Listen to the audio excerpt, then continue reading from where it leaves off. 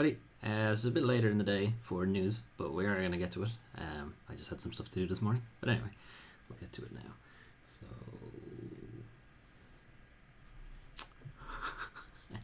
I spend all this time trying to get stuff set up and then I don't actually do it. I'm a fucking idiot. Right. Okay, we're back. Okay. So, game announcements we'll start with. So the new Star Wars Jedi Fallen Order was revealed. There's a trailer and some stuff about it. Well, let's look at the trailer first.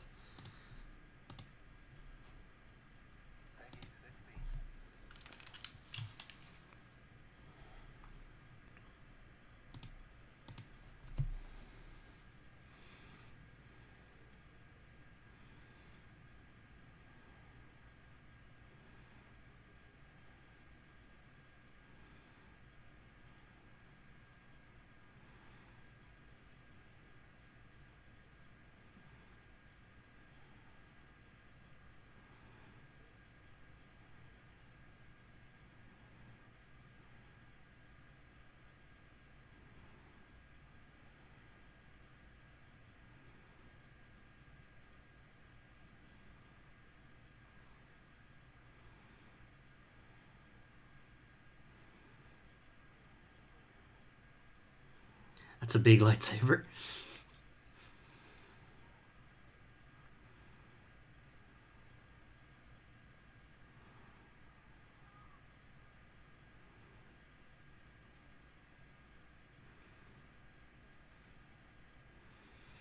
Oops.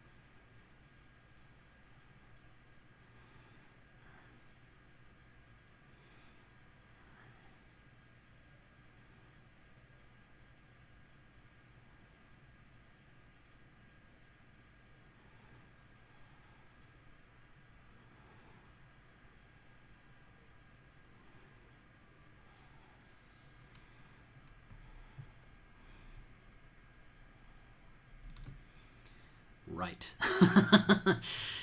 So that looks pretty good. Some interesting things to look at here. So, gross, but yeah, good. Respawn Entertainment, known for Titanfall and recently Apex Legends. But here's an actual interesting one here. Rendered in the Unreal Engine, which means it's not Frostbite. That EA have been pushing on everybody and has been such a problem for BioWare in the last while. So that's interesting. I also kind of find it strange that they got Respawn Entertainment to do a single player focused story driven game, and then they get BioWare to do the shooter looter thing, whereas if they had swapped those around they would have been in those studios' wheelhouses. I don't know. It's just the news that came out last week about BioWare, and Anthem and all the problems they had with that. Was that last week or was it the week before? God, I don't know. The internet goes so fast, I can't tell these times. But Respawn don't get saddled with the Frostbite engine. They don't get saddled with... It came out also about this game that there's not going to be microtransactions. There's not going to be all that shit. So, is this EA turning a new leaf, or is this big bad... Well, they're not here. Disney. Is this Disney, putting their foot down since the Battlefield, whichever fucking one it was, the Star Wars one, the shit that came out about that. I don't know. That's soon though. That's like the end of the year. Anyway, there's some interesting concept art and stuff like that. The game says that, or the game says? No, the game director said that it's going to be a kind of melee focused game, so probably like maybe the new God of War, maybe the old God of War, something like that. Not a stealthy game, despite the trailer there at least kind of pointing out that you're supposed to remain hidden and whatever. Interesting. And the character, this is going to come from Star Wars lore, but the villain, if you like, who landed on the front of the cockpit and looked like they were going to push the glass in, or whatever it's made of, that's one of the sisters, one of the Inquisitors from the Clone Wars TV show. Not the Clone Wars, Rebels, one of them. I think that's second sister. Anyway, that's Star Wars nerd stuff. You don't need to know that. Dreams Early Access launches today. So Dreams is Media Molecule's thing that they've been doing since Little Big Planet 2. So they've been working on this shit for a very long time now. They didn't work on Little Big Planet 3. That was somebody else. So Dreams is a very, very powerful kind of make your own game, baby's first game engine kind of thing. You can make a lot of different shit. So these are all like examples of different games you can make using their tools. I played a little bit with the game beta, the private beta. It was a while ago, the creators beta, whatever the hell it was called. It's overwhelming to say the least, but you can make some really impressive stuff. Somebody remade PT, the Silent Hills demo, in Dreams, and it was, I wasn't going to say it's identical, but Jesus, it's so close. It's very, very good. But if you want to check that out, it is $29.99, I think. Early access for Dreams. So early access in every much the sense it's still a work in progress, and who knows when the actual finished product will actually be released. But it's there. And this came out like a day ago, maybe 2 days ago. 13 is getting a remake, remaster. I'm not sure which. This is I hesitate to call it a classic, but it's a first-person game from way back in the PS2 era.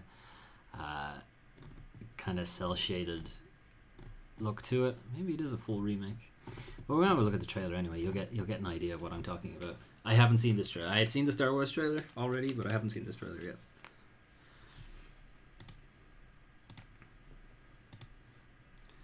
I said full screen.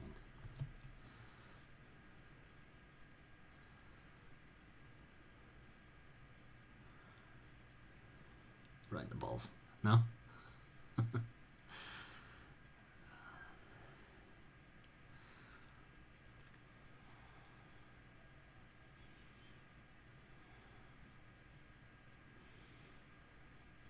I bet that one hurt.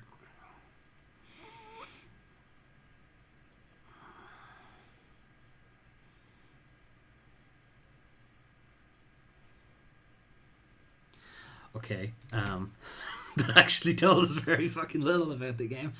13 is a kind of Jason Bourne type thing, only it was made by a kind of French developer, and it was voiced by David Duchovny of X-Files fame, and I think he was extremely bored voicing it, but it was fun.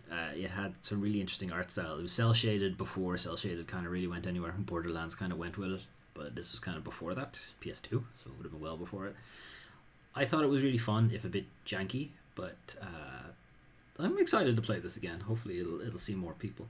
But yeah, it's kind of a mystery thriller type thing, but with a bit of Jason Bourne amnesia kind of thrown in for it. But it's interesting. This is what the original looked like.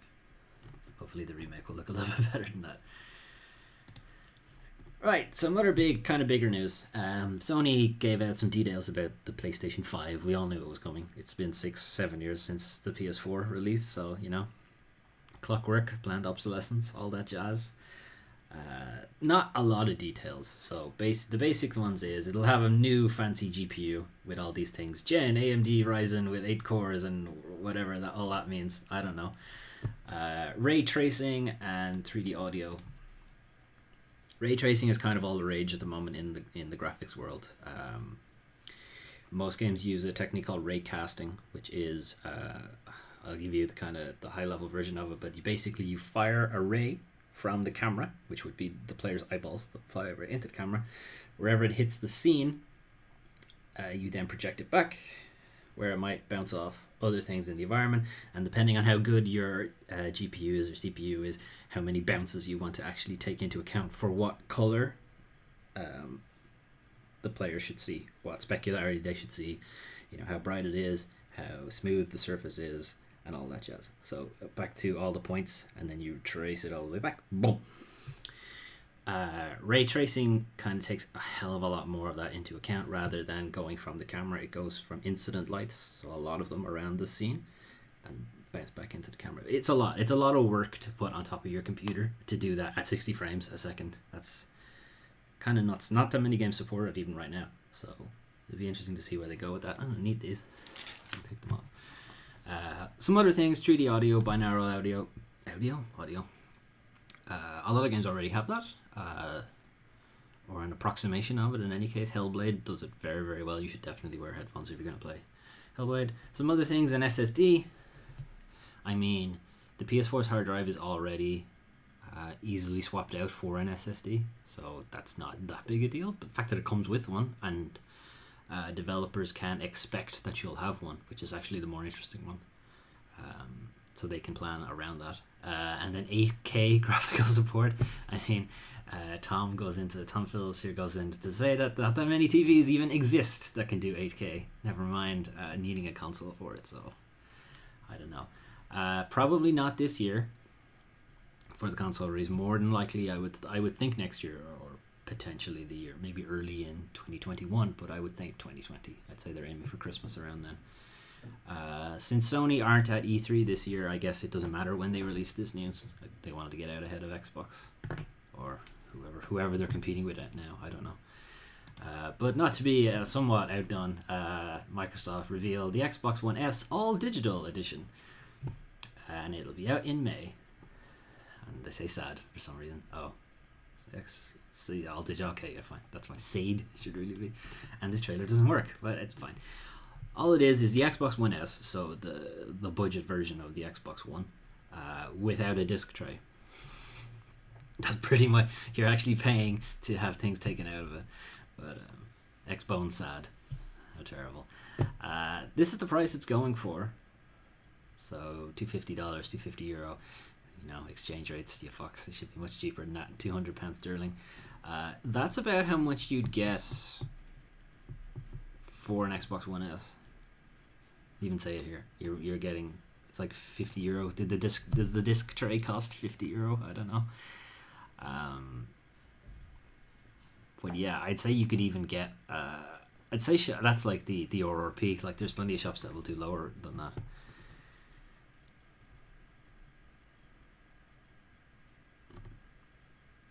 But anyway, it's an all digital one, so you would be locked into the Microsoft Store. You wouldn't be able to go for secondhand games, secondhand sales in game shops. Not that many people do that anymore. The used game market is kind of shrinking.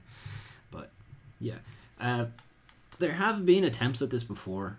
Sony did release a PSP that was all digital, the PSP Go, which I got like a fool. But they never forced games to be on the digital platform at the time. Now it's kind of crazy to think that a game would be released physical only. But at the time, for the PSP at least, there were a couple of games that never made it digital. Crisis Core, for one, is one I am eternally annoyed about. Never went digital. Anyway. Continuing with console news, Capcom to take on the mini console. So the mini console craze are like the NES Minis, the Sega Genesis Mini, that kind of thing. The PlayStation Classic tiny thing that was a waste of money. But anyway, Capcom are releasing their own arcade stick console thing. And here are the measurements, which are ridiculous. Here it is, 74 centimeters. It's fucking huge. Now, to be fair, it's a two-player thing, but still, look how nuts the thing is. Here's all the games that come with it. So, this one's an interesting one because it's actually kind of difficult to get that anymore.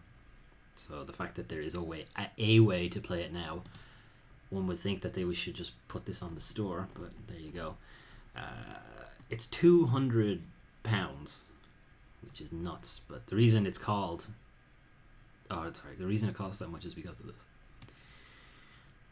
Sanwa make some really high level arcade stick parts, so that's why it's that expensive. I can't see too many people going out of their way to pay £200, maybe for the novelty of having a giant Capcom thing, I don't know, for these games. This one's very rare, as I said, but the rest of them you can find without too much difficulty. Some of them I've never heard of, though. What the hell is that? Maybe someone will say, oh, that's my favorite game, how dare you. Anyway. Okay. This is a kind of a stub thing, but this is basically to say that Google is opening applications for their Indie Games Accelerator and expanding it to more areas. So that yada yada. Here's a Google blog about it. I'm only bringing this up mostly, well, I'm an Android developer, so it's in some ways interesting to me, but also Google Stadia, is making some noise. So I'm wondering if this Indie Games Accelerator is to help them pad out that. It doesn't look like it. The more I looked into it, it seems like it is actually specifically for Android rather than Stadia. But I don't know. It'd be interesting to see if they try to get their games onto Stadia instead. Gamescom is getting its own announcement show hosted by Jeff Keighley. So Jeff Keighley of the Game Awards, Chic Hydrobot, Doritos Pope. I think that's my favorite meme of him. But Gamescom is a annual conference for games, as the name might suggest. It takes place in August, usually in Germany, but I'll mention that here. Anyway, there will be a little announcement show that they've never had before. They've had like keynotes and things like that, but no, like announcements for games coming out. So they're maybe making it a bit more consumer friendly for Gamescom. Gamescom has traditionally been for developers, so it will be interesting to see what they bring out. Jeff Keighley being attached to it sounds good. Despite giving him shit about being the Doritos Pope, he does good things for the games industry. So we'll see. It coming out like in August, it will be after E3, and that EA have said, or PlayStation won't be having their press conference. Nintendo will do their traditional direct. I think it's Ubisoft and Microsoft are the only ones who have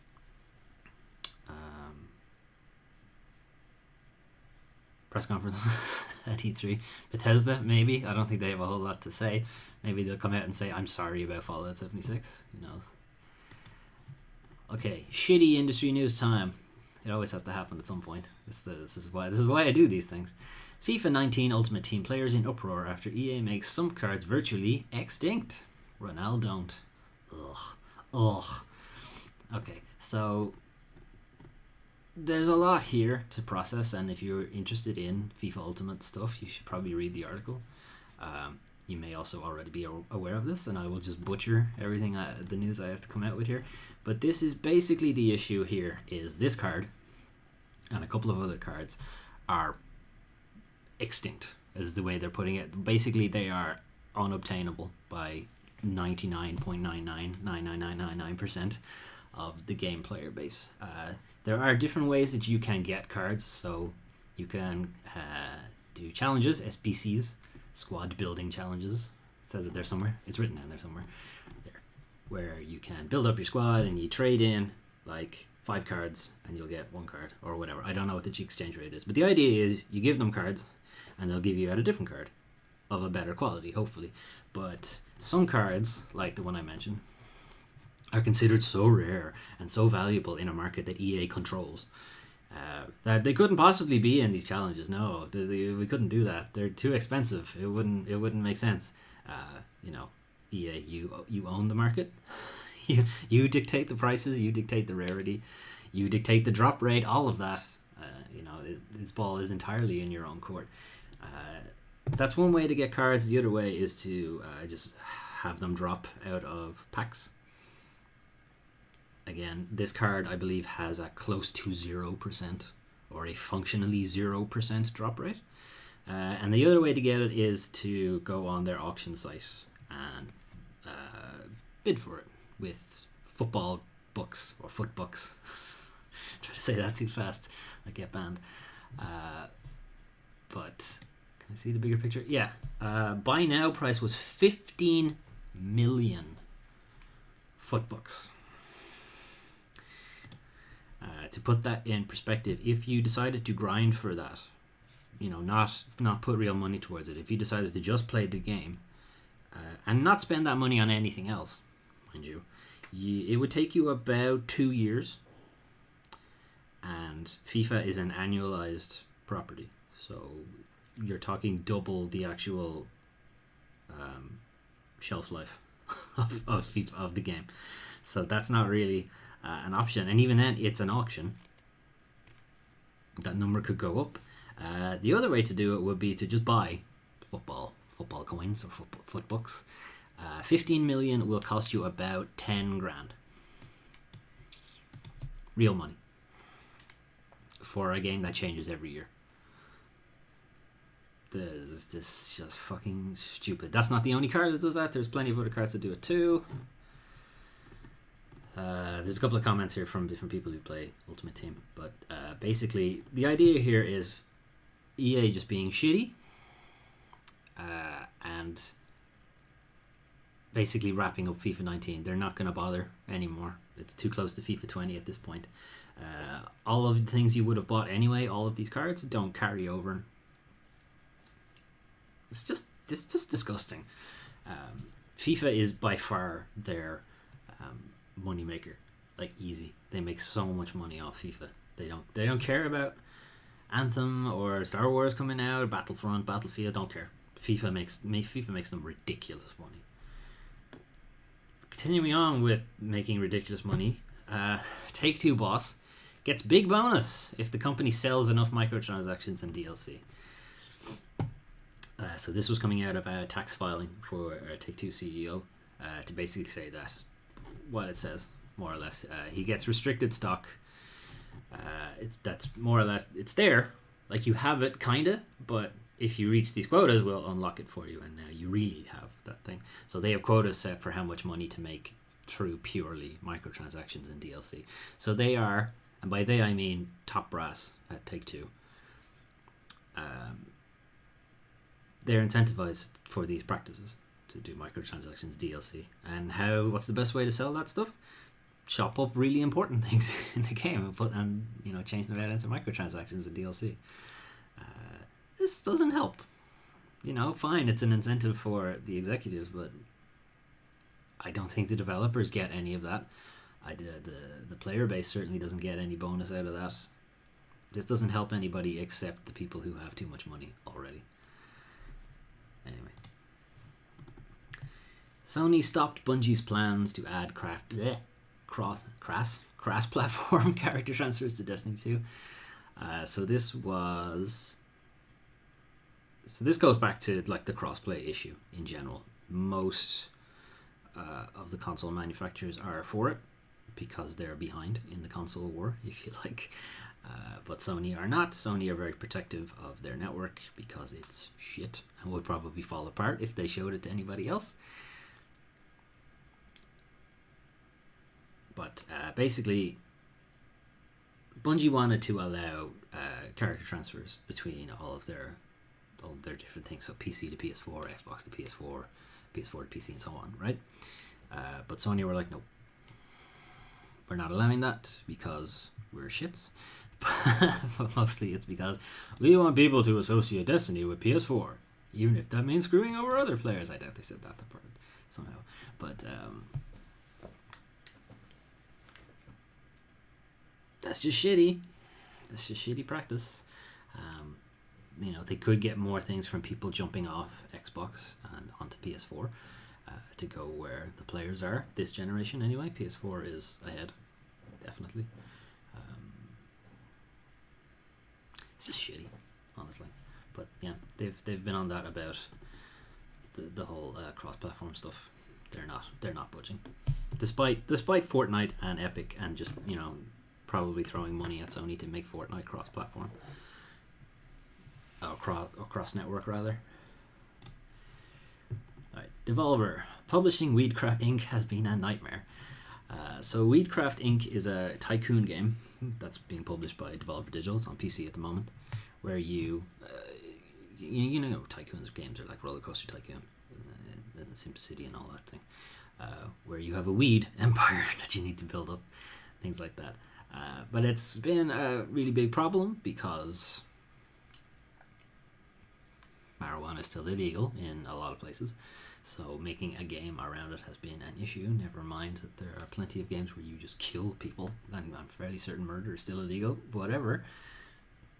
This is definitely the hardest game I've had to market, and that's saying something. It has been a fucking nightmare. The fact that we're still so afraid of a topic like weed instead of the murder simulators you can market anytime, anywhere is shocking. No problem getting it on Steam because Steam don't seem to give a shit about anything anymore these days. The issue is really getting it onto console digital storefronts like the PlayStation Store, Xbox, Nintendo Switch, and so on. Although I think it's on the Switch. I thought I saw an ad for it on the Switch. Maybe it's not. But yeah, it's been a pain in the ass for really no reason other than just shitty cultural problems. Speaking of, Sony has new, stricter guidelines for sexy content in PS4 games. Not PS3 games, though. PS5 games? That's not there either.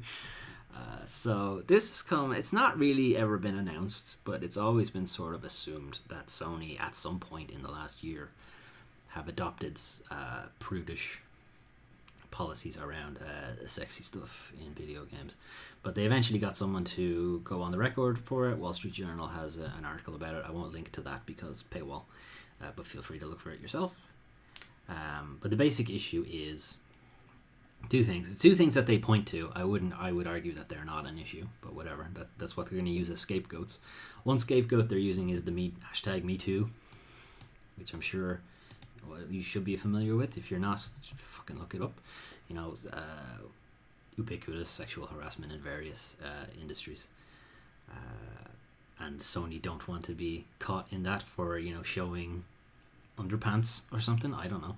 And the second one is Twitch and YouTube, where anybody can see the games that are coming from Japan. It's only Japan that's getting cited in this, which is dumb. There's plenty of sexy games made in the West, maybe not as many, but they're there. Sony is concerned the company will become a target of legal and social action, so we don't want anything to do with it, which is dumb. These games, in general, are rated mature, despite not having mature content, but they're rated mature for this reason. It's that they're not for kids. Streaming services themselves have explicit content filters, like I get not wanting to have like rape simulators and whatever on their market, but these things they're not that. They're not going anywhere close to that level. They're going into a couple of things here about Nico Para and the petting stuff and various other things, but again,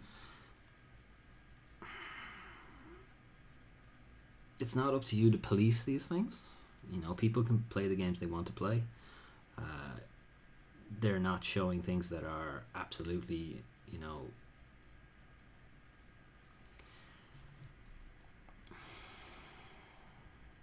like moderating a store is definitely tricky if you want to allow artistic free expression, but also want to make money and not have legal issues weighing on top of you and reducing your ability to make money. So they do have to have a line somewhere. I do think they've moved that line too far in one direction. I'm not saying we get rid of the line. I'm just saying, just put it back to where it was, because it was fine. There's some funny stuff in the comments. There was one recently actually in Devil May Cry 5 where you could see like a hint of someone's ass, and in the PS4 version in the West, only in the West, in the Japanese version they didn't do this, but they obscured it by having like this big light beam coming out of a motorbike headlamp, so you couldn't see the butt anymore. The like bare, like it wasn't, you couldn't barely tell it was there anyway, but whatever. And then they changed it without telling anybody. It's just there. People just found out. And then they changed it back a while ago, again without telling anybody, but only for America, not Europe. I want to see the butt. Anyway, that's the picture of it there.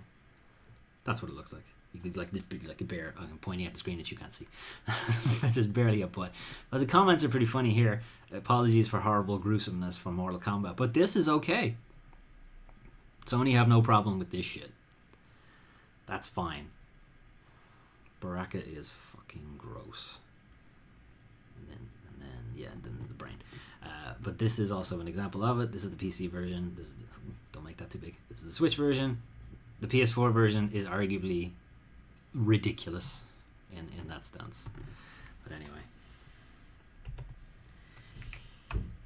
anyway, that's the news for this week. So again, not too many game announcements. Star Wars, there wasn't any gameplay there, or from what I could tell, the very bare amount of gameplay.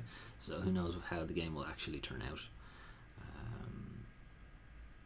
And 13, again, there was no gameplay there. That was a teaser trailer. But it will still be like a standard first-person shooter with some maybe like conspiracy intrigue and stuff. What might be fun. Some stuff about Sony's PS5. Again, not a whole lot, and a lot of it's just sort of kind of expected. That's the way it was going to go. PS4 backward compatibility was also mentioned. It wasn't in the article, but apparently there will be that. So good. Good. PSVR will also be supported, which is also good for me. So I like PSVR, and I don't want to have to buy the PS5 version of the VR unit. Whatever. Although hopefully there will be one, because if we can get away from having to need a camera, that would be good. There are new VR headsets that have inside-out tracking, so you don't need a camera. I was playing Falcon Age last night with the Move controllers and the VR, and my hands going outside of the up higher than the camera can see and so on is just a huge pain in the ass. I tried playing Beat Saber as well, had the same issue, so the sooner we can get rid of the camera issue, the better. Anyway, and then some shitty industry news, but there's always shitty industry news because it's a shitty industry. Streaming stuff. I finished Sekiro 2 or 3 days ago. So I think I will actually stream a playthrough of the New Game Plus. I'm going to try to get the platinum for it. I don't have that much to do. It's basically a playthrough again. I would like to do that. A couple of other games came out this week that I would like to stream. So Katana Zero. My Time at Porsche. Sorry. Katana Zero is like a Hotline Miami side-scrolly Katana time traveler thing. It's cool. It's really cool. Cyberpunk shit. Cyber Ninja shit. My Time at Porsche, which is a 3D Stardew Valley, but not as good. But it's fun. It's just Stardew Valley is an exceptionally good game. So following that is going to be difficult. And Heaven's Vault, which I thought was going to be like a modern point and click kind of thing, and it still kind of is, but it's a bit weird. I don't know. You can judge for yourself because I'll stream it for a bit. What time is it? Nearly 4.